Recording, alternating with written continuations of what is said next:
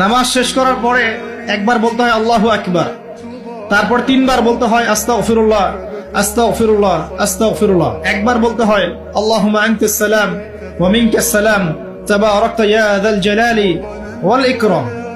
আরো বলতে হয় আল্লাহুম্মা আইন্নি আলা যিকরিকা ওয়া শুকরিকা ওয়া হুসনি ইবাদাতিকা। এগুলো পড়তে হবে না? গুরুত্বপূর্ণ সুন্নত। যখন সুন্নতের উপর আমল না করব তখন তো সারা জীবনের সুন্নত প্রতিষ্ঠা হবে না। তারপরে একবার আয়াতুল কুরসি পড়তে হয়।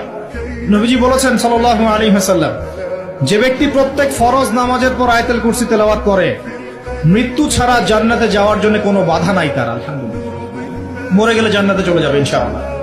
এরপরে আরো আছে আল্লাহুম্মা লা মানিআ লিমা আ'তাইত ওয়া লা মু'তিয়া লিমা মানা'ত ওয়া লা ইয়ানফা'ু যাল জাদ্দি মিনকাল জাদ। আরো অনেক দোয়া কালাম আছে।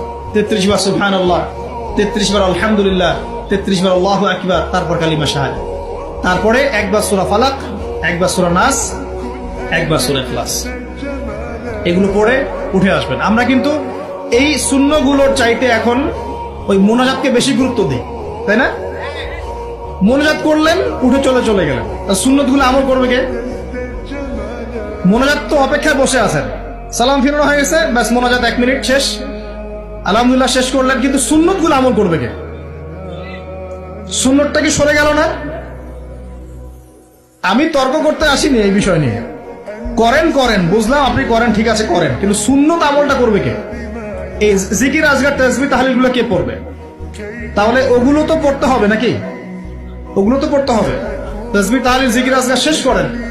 আল্লাহ পাক তৌফিক এনায়েত করুন। আমিন।